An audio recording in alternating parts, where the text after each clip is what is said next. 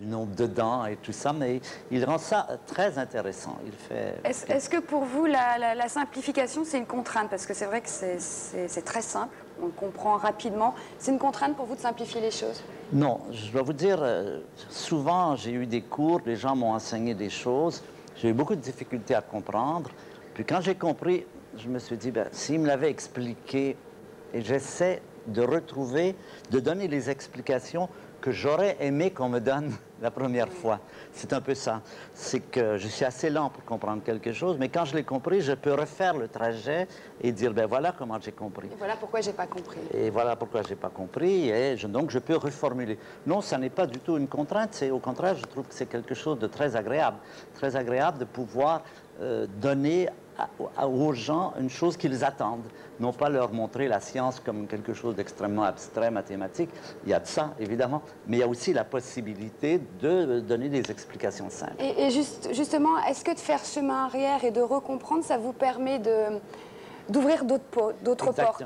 Exactement, ça vous permet d'aller beaucoup plus loin, de faire des synthèses, même d'approcher des questions plus ou moins métaphysiques que tout cela pose. Si vous avez le nez collé sur votre télescope, vous ne pouvez pas vous poser des questions sur l'univers, le pourquoi, le comment et tout ça. Tandis que là, c'est le fait de faire une synthèse, et on a découvert dans cette synthèse, c'est d'ailleurs pour ça que, un petit peu pour ça qu'on s'est mis ensemble, c'est que quand on parle de l'origine de l'univers, de l'origine de la vie et de l'origine de l'homme, il y a des éléments communs, il y a comme une continuité. C'est ce que nous avons appelé la plus belle histoire, c'est d'avoir retrouvé une sorte de séquence, une sorte de suite logique au travers de tout cela.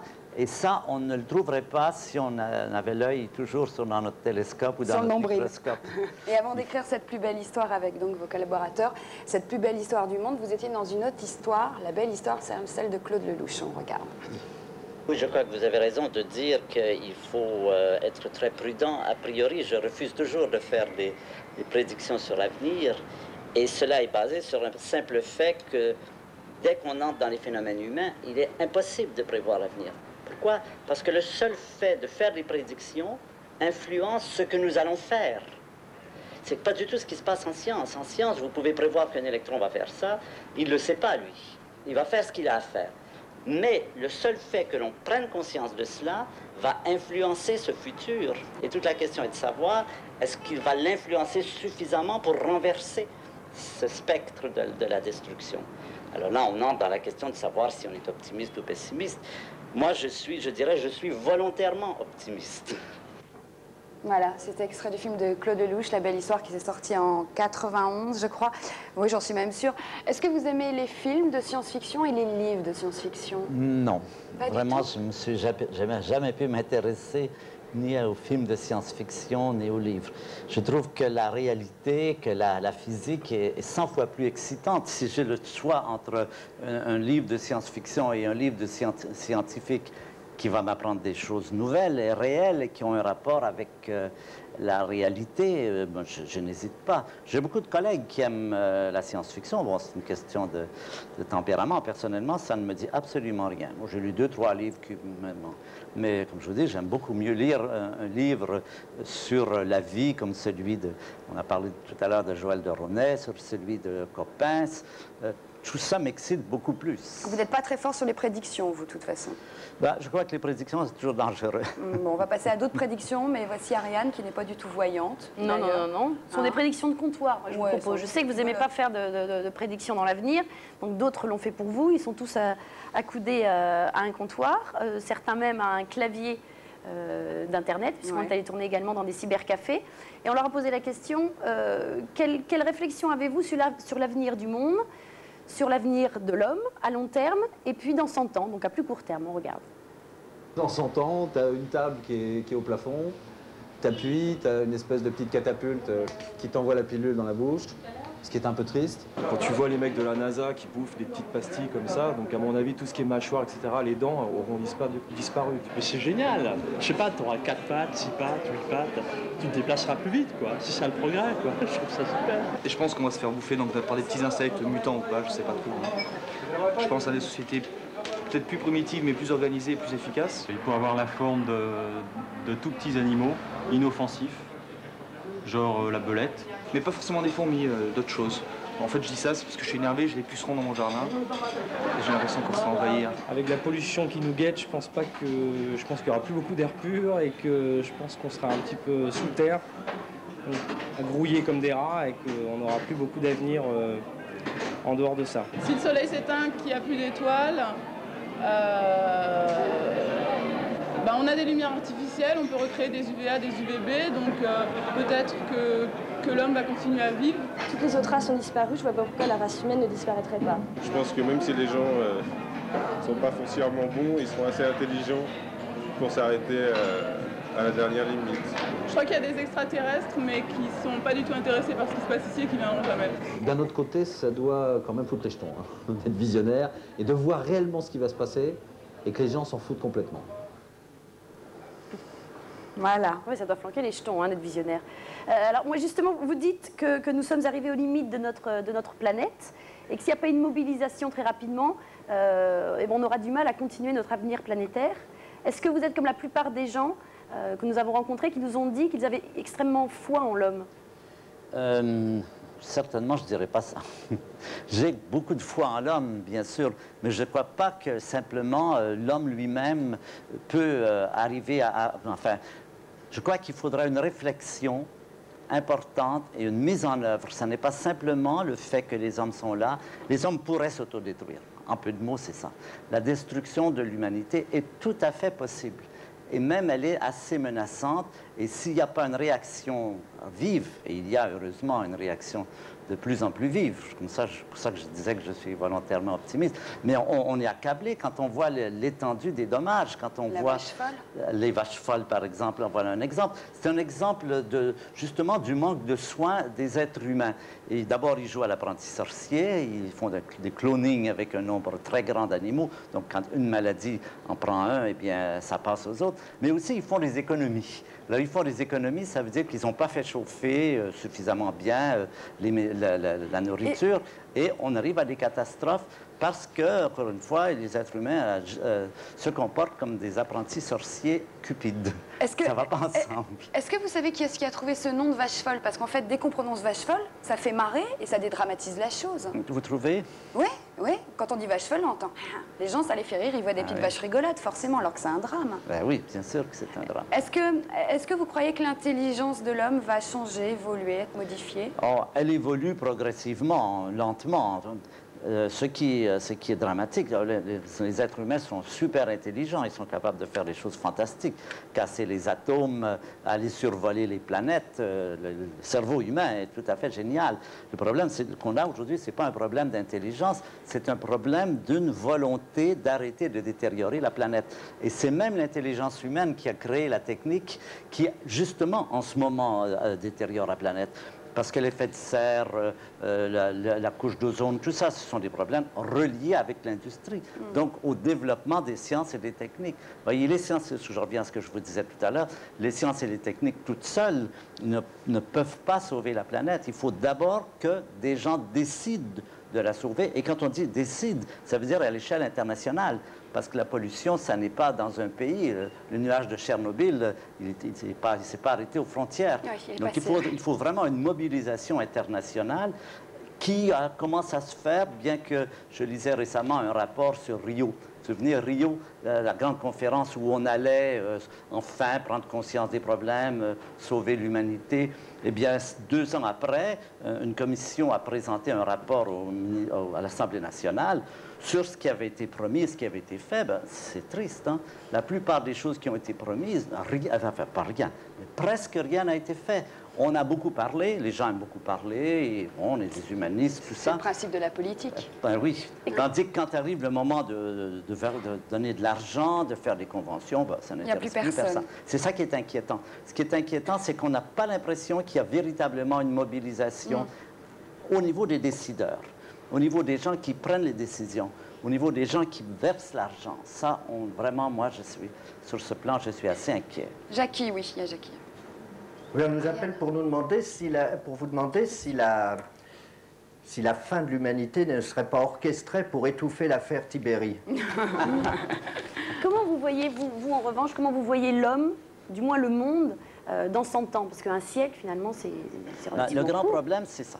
Le grand problème, c'est quel sera l'état de la planète dans 100 ans. Quand on voit comment l'état de la planète s'est détérioré, comparé simplement en 1960, 70, 80, 90 et maintenant, c'est absolument terrible. Désertification, déforestation. Bon, il est certain que si on n'arrête pas cela, l'homme sur la Terre, l'état de la planète... surpopulation. La surpopulation. Ça, c'est probablement un problème qui va se régler. Enfin, on prévoit qu'on atteindra 10-12 milliards de personnes, pas plus. Mais c'est ce que font ces personnes. Question, est-ce qu'on peut faire vivre 10 milliards de personnes sur la planète sans la détériorer irrémédiablement? Impossible. Je ne dirais pas ça. Il faut partager tout ce qu'il y a. Oui, je dirais que ça va être certainement le plus grave problème que l'humanité a rencontré. Et vous dites qu'à ce moment-là, ils partiront sur d'autres planètes, peut-être? Ça, on en reparlera, c'est prévu un petit peu plus tard, pour partir dans l'espace. Ariane Messi, merci, on va passer à l'actualité.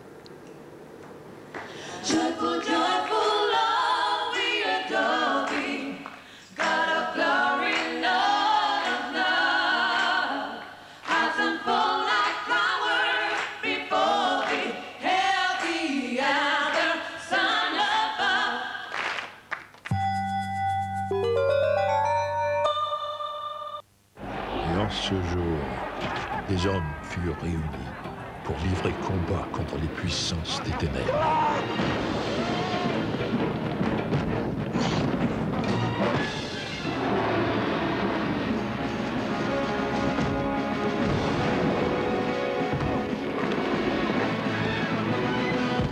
Au revoir.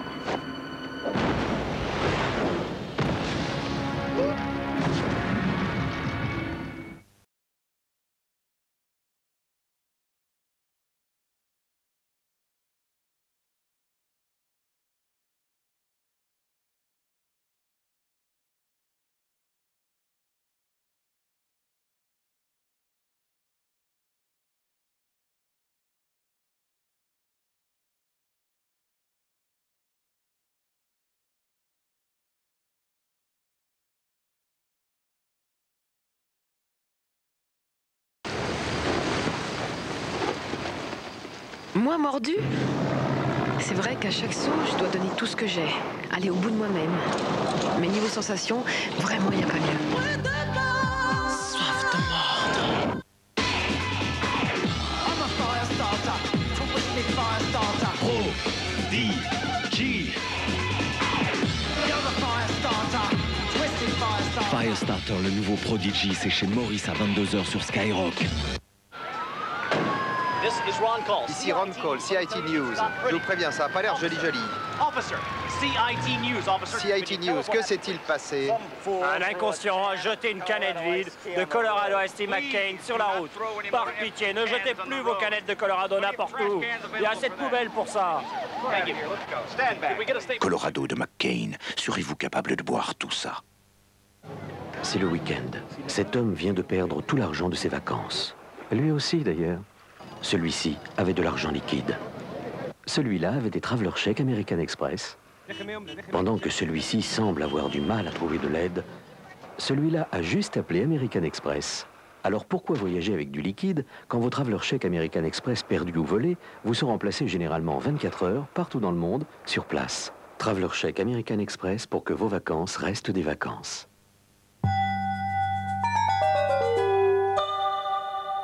L'actualité maintenant avec Aude Morakini. On va commencer avec la vache folle dont vous nous parliez à l'instant, puisque un accord a été trouvé presque à l'ouverture du sommet européen des 15. Visiblement, on était un peu pressé d'en finir. Ce plan prévoit par étapes une levée de l'embargo sur le bœuf britannique, mais avec des conditions très strictes qu'ont accepté les Anglais. Les détails avec Sophie Benor. Une affaire rondement menée, le texte adopté est à quelques détails près celui qui avait été préparé. Il constitue seulement un préalable à une levée de l'embargo. Avant toute décision, Londres devra donc satisfaire 5 conditions. 1. Le programme d'abattage des bêtes à risque sera élargi aux animaux nés entre 89 et 90.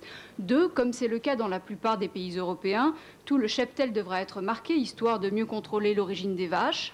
3. Pour éviter toute propagation, les abats qui présentent des risques devront disparaître des abattoirs. 4. Les farines dangereuses seront détruites. 5. Des garanties devront être données sur l'élimination de tous les bovins de plus de 30 mois.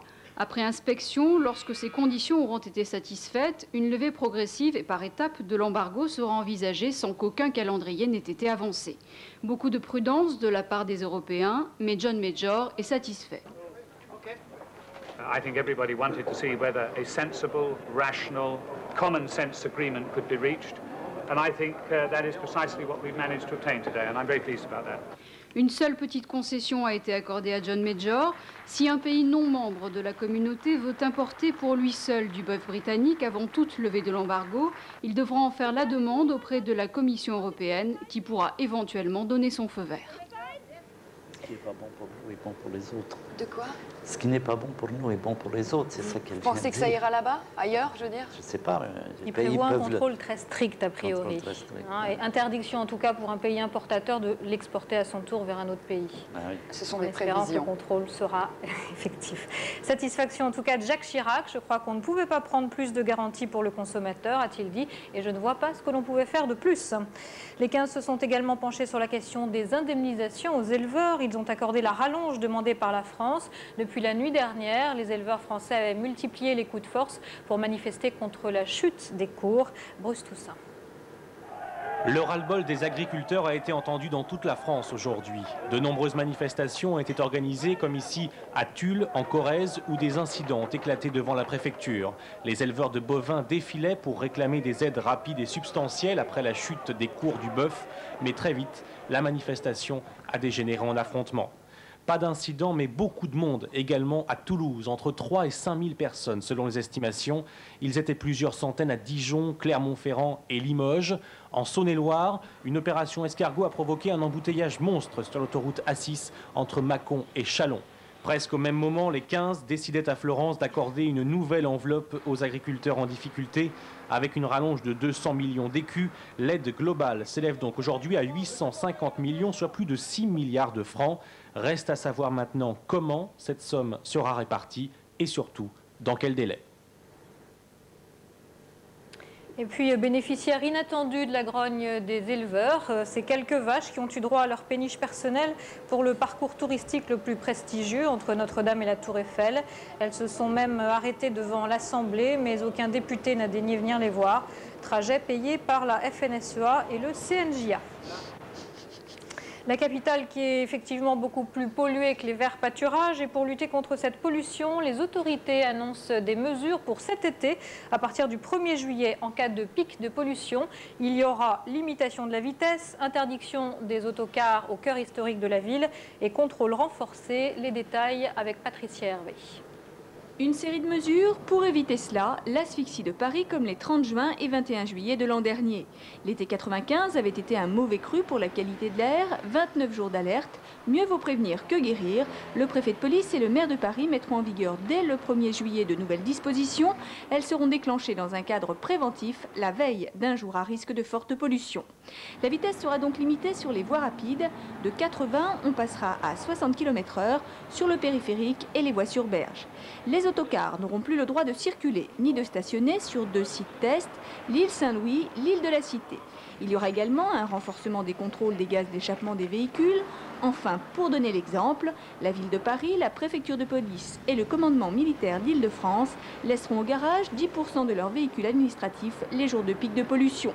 Ces nouvelles mesures s'ajouteront donc à celles déjà en vigueur, comme le stationnement résidentiel gratuit les jours d'alerte.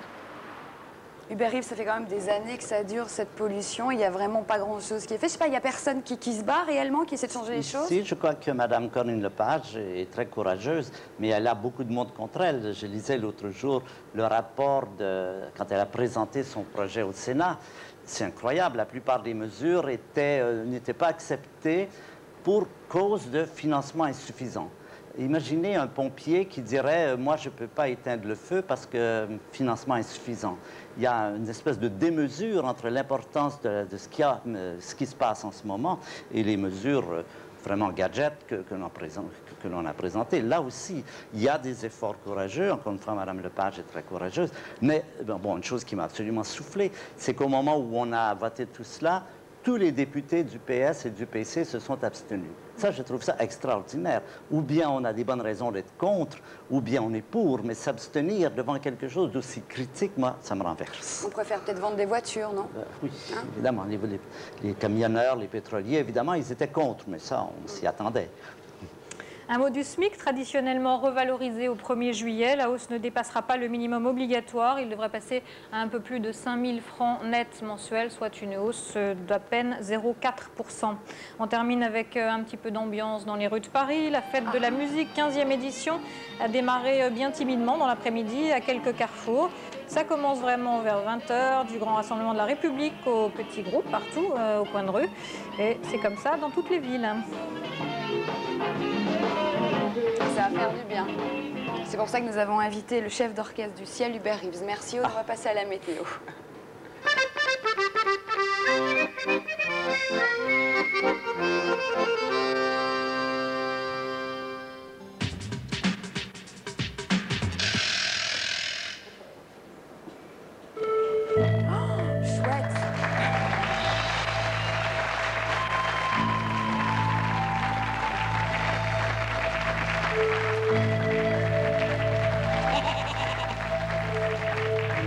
Bonsoir Valérie. Bonsoir Hubert. Contraire. J'évoquais les femmes. Oui. Je me présente, je m'appelle Henri. Je voudrais bien réussir ma vie. Être aimé, être beau et intelligent. Et surtout, garder de l'argent. Mais pas comme ça. Oui, je suis Henri Well, le cousin de Roswell et le frère de Maxwell. Je suis venu de très loin pour la fête de la musique, c'est pour ça que je chantais. Bon, alors comme je dois y aller, les tendances. Waouh! Super! Toujours très perturbé! Regardez la photo que j'ai prise tout à l'heure en arrivant.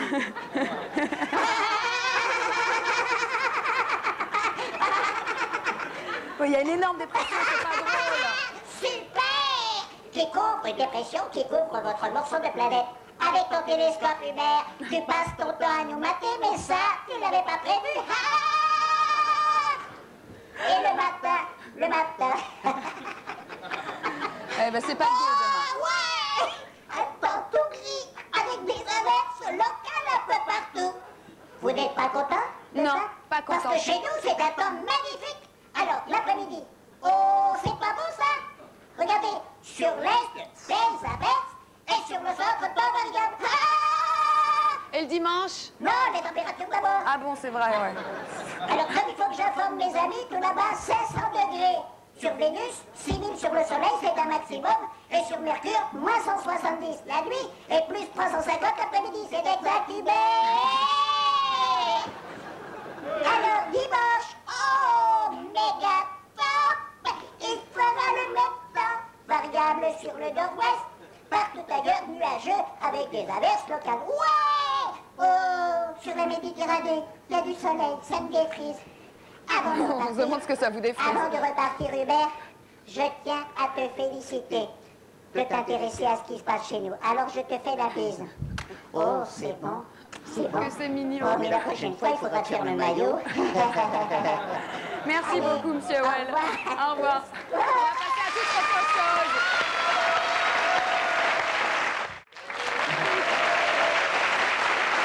Merci et bon week-end.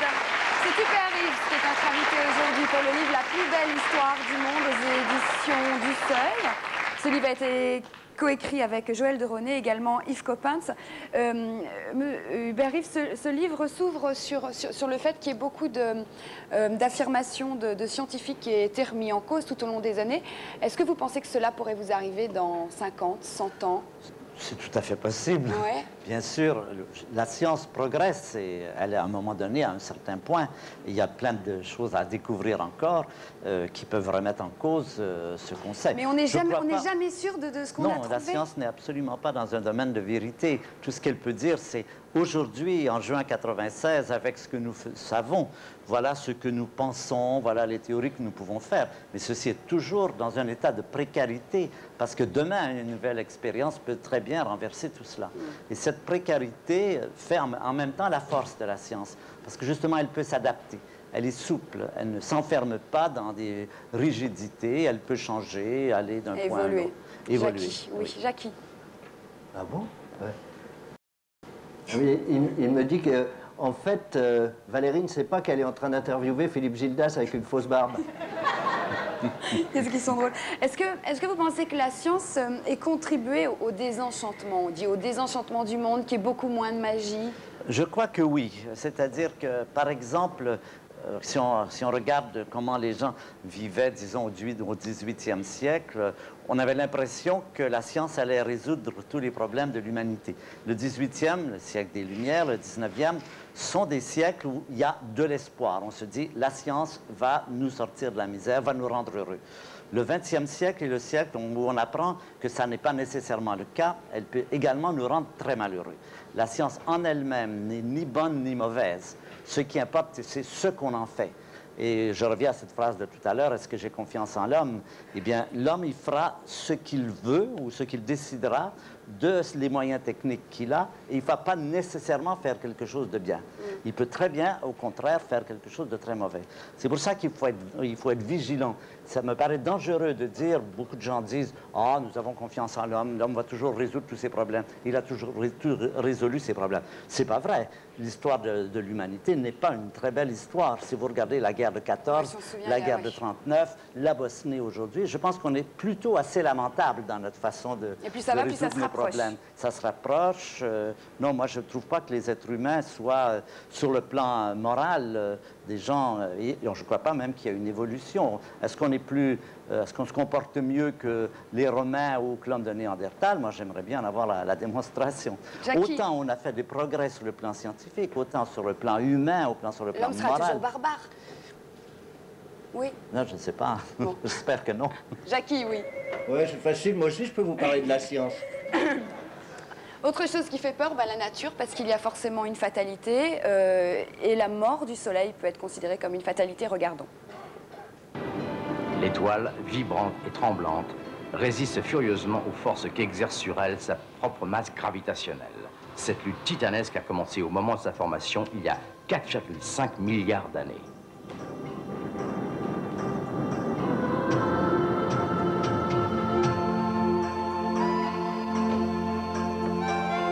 Elle finira par enfler comme un ballon de baudruche pour devenir une géante rouge dévorant tout ce qui l'entoure. Plus tard, elle se mettra à rétrécir et finira ses jours au nombre des naines blanches, minuscules restes d'étoiles consumées. Je me disais qu'après tout, que lorsque ça arrivera, il y aura peut-être plus d'hommes sur Terre, mais je ne sais pas, est-ce qu'on peut anticiper déjà, est-ce qu'on peut aller vivre ailleurs?